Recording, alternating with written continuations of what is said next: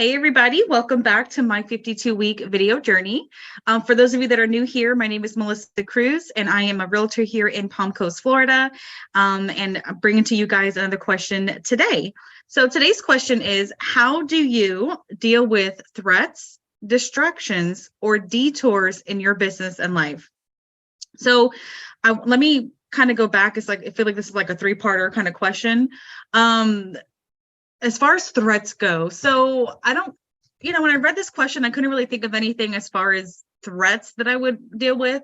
I think that is because I learned many years ago to cut negativity out of my life. And so I don't often I feel like I'm being threatened in any way, not at least by somebody that I could think of. Now, distractions or detours. So distractions, how do I deal with distractions? I follow my calendar very closely. So that's a big way for me to stay on target with what I'm supposed to do. If I cannot, let me just take a step back. I always think about accountability. And if I can't be accountable to my own self, how can I expect to be accountable to anybody else or expect anybody else to be accountable to me? I feel like that kind of starts within ourselves. So for me, it's about sticking with my calendar, following through with what I said I was going to do, because that keeps me focused, that keeps me aligned, and it keeps me, from being distracted. That being said, I know that there's people out there that, get distracted really easily. And my advice to them sometimes is to build that into your calendar. If you need every hour or 2 or 3 hours, 15 minutes to play, then put that in your calendar so you can have 15 to 30 minutes where you can scroll on Facebook or do whatever it is that you want to do as far as a distraction. That way you can then get back focused on what you're supposed to do. And you got all of that, craziness or whatever, wandering minds kind of out of the way.